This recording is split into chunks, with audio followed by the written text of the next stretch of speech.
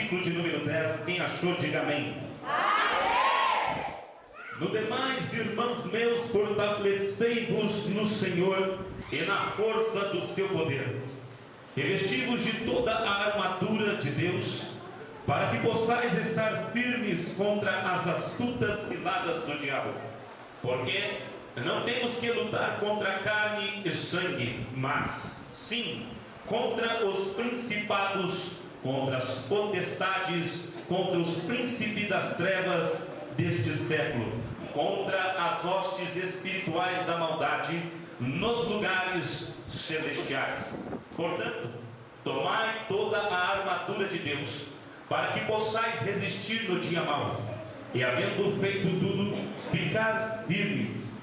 Estai, pois, firmes, tendo cingido os vossos lombos com a verdade, e vestida a couraça da justiça, e calçados os pés na preparação do evangelho da paz, tomando sobretudo o escudo da fé, com o qual podereis apagar todos os dardos inflamados do maligno.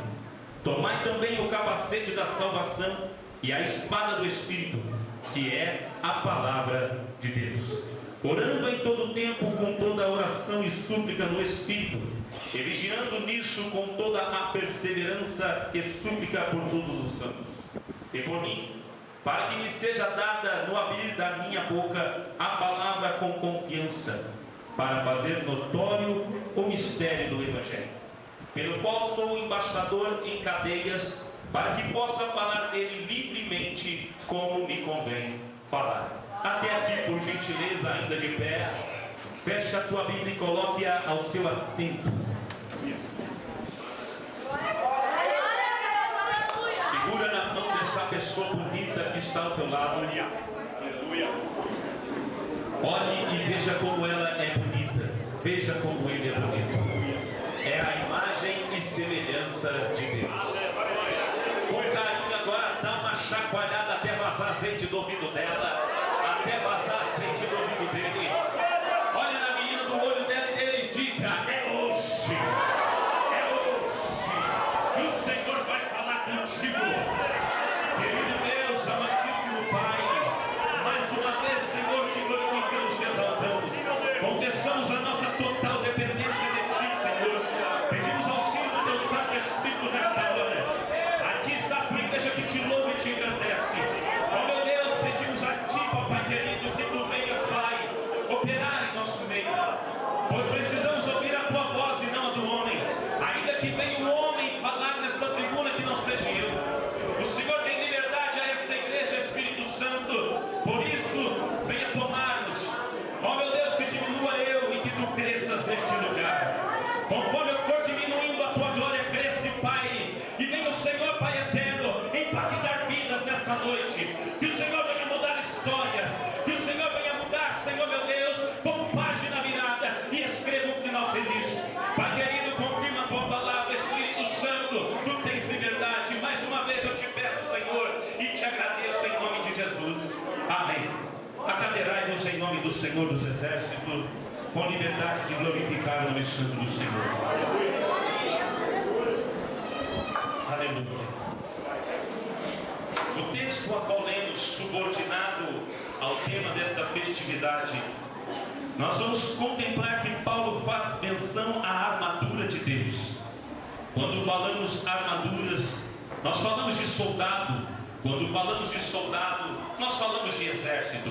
Quando falamos de exércitos, falamos de guerras, falamos de luta. E batalhar, guerrear em toda a história da Bíblia era um dever religioso.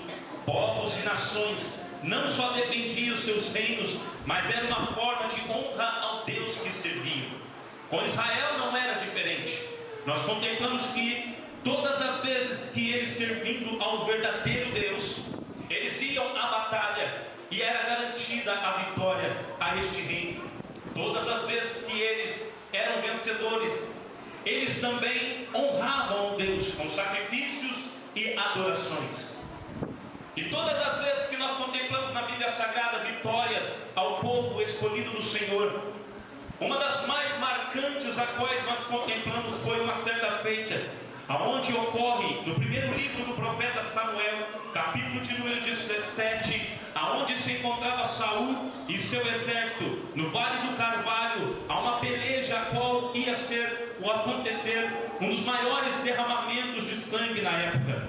Nós contemplamos que todos estavam temendo aos filisteus, porque apenas um os representava. E este homem, cujo nome Golias, homem de tamanha estatura, cuja Bíblia diz que 6 côvados de altura, eis que ele estava afrontando o exército do Deus vivo.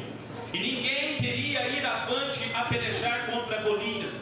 Mas um certo pequenino, eleito não pelo homem, mas sim por Deus, ele se dispõe voluntariamente a ir a guerrear. Saul, o rei, ele olha para a pequenez, mas ele vê a valentia, cujo aquele pequenino valente queria ir à peleja. Ele então oferece a Davi a sua armadura, a sua espada, o seu escudo, porque sabemos que não somente era grande o problema chamado Golias, mas também nós vimos a pequenez de Davi. E não somente olhando para a grande era o problema que era Golias, mas também tinha ele um arsenal, armas, estava armado até os dentes. Com isso Saul achou uma covardia, sendo Davi pequeno e não ter um escudo, uma espada. Então lhe oferece o que ele tinha, os apetrechos para guerrear. Davi, ele diz a seguinte palavra a Saul: ó rei, nunca fiz uso disso, eu nunca usei. Mas Saul insistindo, Davi então, ele experimenta, ele coloca aquela armadura. Ao colocar a armadura, dando os primeiros passos, ele diz a Saul que não queria, renunciou à armadura do rei. Pois então ele foi à peleja, e diz a Bíblia no primeiro livro do profeta Samuel, capítulo 17, versículo de número 40: e tomou Davi o seu cajado na mão, tomou para si 5 pedras de ribeiro, juntamente com o alforje em sua funda, e chegou-se até o filisteu. Ora, todos que estavam contemplando aquele grande confronto, grande combate, representantes de reino iam se confrontar. E olha aqueles que estavam olhando, eu começo a observar que quando estavam todos como uma plateia e observando a cena, eu vejo que eles estavam vendo a grande covardia que seria Golias enfrentar Davi. Eu vejo que todos podem ter indagado, mas como pode? Não só pequeno, mas sem uma arma, ainda vai a peleja. Vai ser uma covardia, um massacre vai acontecer, pois eles estavam vendo que a armadura de Golias, isso era o olho da carne, mas mal sabia que Davi havia renunciado à armadura do rei Saul, mas se vestiu da armadura do rei dos reis. Mal sabia eles que quando eles estavam contemplando apetrechos naturais, ele estava vestido de uma armadura sobrenatural. Eu vejo então agora todos contemplando aquele massacre que há de acontecer, iniciando a luta. Eu vejo que muitos ficaram pasmos ao contemplar a vitória de Davi. Muitos viram ele utilizando apenas o cajado, funda e até o alforje 5 pedras. Mas eu vejo que ele estava revestido da mesma armadura a qual Paulo faz menção. Ele renunciou à armadura de Saul, vestindo a armadura de Deus. Deus havia dado a Davi muitas, inúmeras vezes vitórias em todos os combates. Mas eu vejo agora na Bíblia Sagrada Davi perdendo um combate a qual muitos hoje e também estão perdendo. Davi, rei, grandes vitórias Deus dava a Davi. Mas ao se despir da armadura de Deus, Davi agora perde uma das piores batalhas da sua vida. A armadura espiritual havia Davi tirado. Em todas as vezes que ele ia confrontar o exército rival, agora Davi fica no palácio e passear no pátio do reino. Ele contempla uma jovem muito formosa e ele a deseja. Ao olhar para aquela jovem, ele pede para que tragam-na. Mas ali havia Davi despido da armadura espiritual e cai com Betseba. É nesse exato assunto a qual o tema desta festividade que Paulo faz menção, a carta aos Efésios. Paulo aprisionado em Roma, e por volta de 60 a 64 depois de Cristo, Paulo escreve esta carta, prisioneiro conhecia a armadura romana, mas estava em sua cela em frente um sentinela, um soldado. E teve Paulo a inspiração de escrever esta carta, a qual é enviada a Éfeso, a igreja a qual ali situava. Estava então agora Tíquico, o mensageiro, levando para a amada igreja. O dirigente local, o pastor Timóteo, filho da nossa irmã Eunice, neto da nossa irmã Lloyd, ali recebeu aquela carta, e ele então dividiu o assunto com a amada igreja. Paulo então, ele tenta abrir os olhos espirituais, porque a carta aos Efésios é uma carta muito espiritual, sendo ela paralela com a carta de Colossenses, e enviada então àquela igreja. Eles estão ali recebendo o que Paulo havia lhe dado, uma mensagem, dizendo a todos eles que uma batalha travada estava acontecendo. Mas essa batalha, como muitos pregadores dizem, que a nossa luta não é contra carne nem sangue, não é rivalidade humana, mas sim uma rivalidade espiritual. Dardos inflamáveis, setas, estavam todos recebendo, até porque a cidade de Éfeso era uma cidade muito idólatra. Adoravam a deusa Diana, a deusa a qual muitos se prostravam diante dela. E Paulo ali, ganhando toda a Ásia, ele funda então a igreja. Preso em Roma, ele coloca um representante, Timóteo, e ali estava um grande confronto, eles a qual atualmente estava ocorrendo.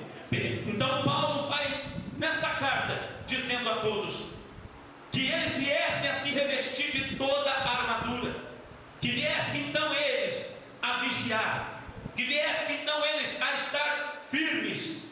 Nós vamos ver esta palavra nos trechos do versículo 11, 13 e 14, aparecendo por 3 vezes: estai firmes. No versículo 14, a última vez que esta palavra é mencionada, estar firmes, Paulo agora diz a eles que venham eles então cingir os vossos lombos com a verdade. Cingir os lombos, nós vamos observar que tem 2 traduções. No hebraico, Moisés, ao tirar o povo do Egito, pediu para que ele cingisse os vossos lombos, que quer dizer apressa-te. Paulo, no grego, ele diz cinge os vossos lombos, que quer dizer estás firme, aperta-te, que era para eles ajustar, porque o cinto do soldado romano não poderia estar frouxo, tinha que ser justo, tinha que estar apertado, porque era o local onde embainhava a sua espada e também a adaga, a faca. O cinto tinha que estar firme, ajustado. Paulo estava querendo dizer para a igreja em Éfeso que tinha que ajustar os cintos, porque naquela igreja tinha alguns que eram frouxos. Pessoas estavam vivendo uma vida espiritual, uma vida frouxa. Eram pessoas, obreiros, que estavam afrouxados. Pessoas como Eli, que era um sacerdote, mas era frouxo em falar com seus filhos que estavam desagradando a Deus. Pessoas como Davi, que era um excelente rei, mas também ficou frouxo e não educou seus filhos.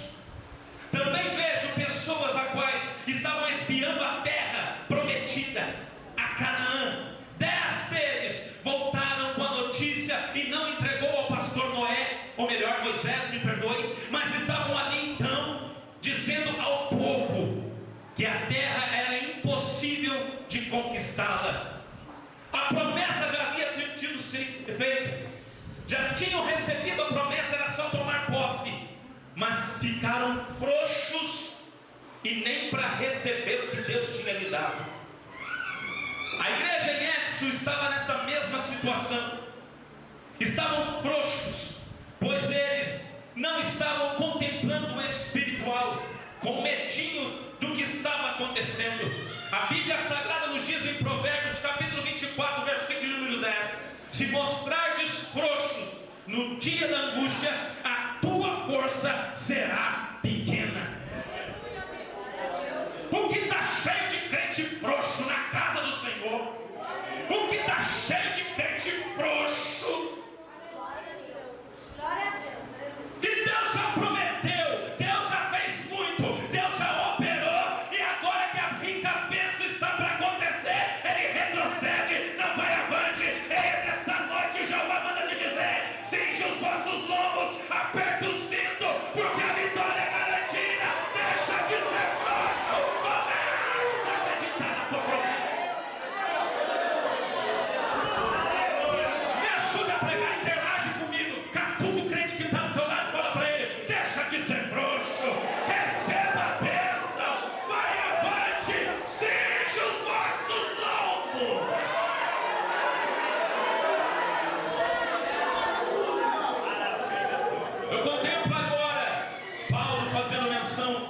mais um apetrecho, um arsenal de Jeová.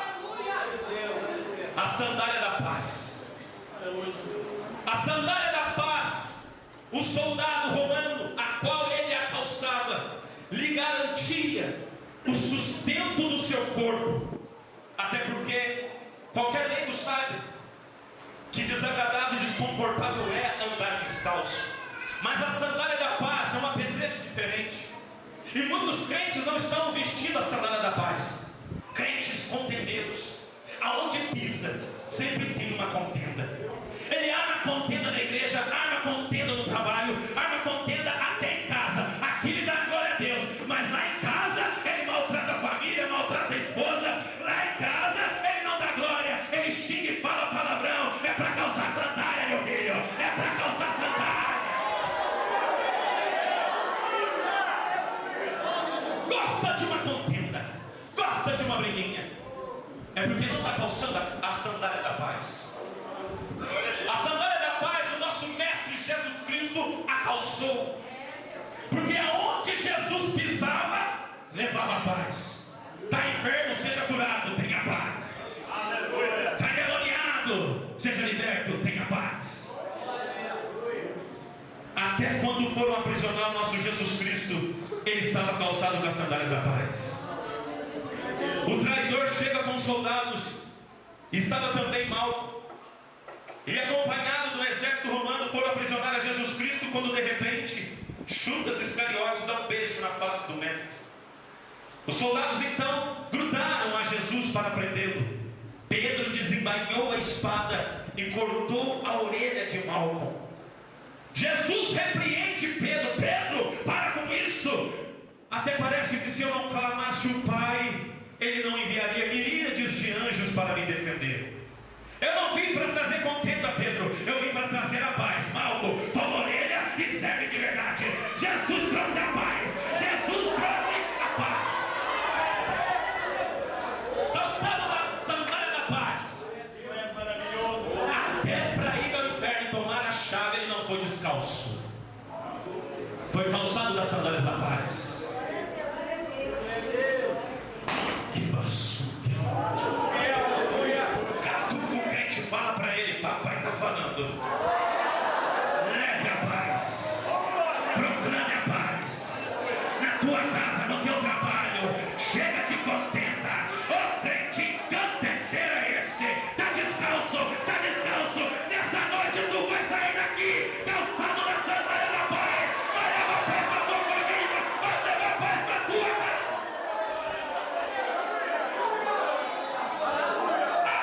Uma promessa de Jesus Cristo, a qual ele fez, e aconteceu, porque até para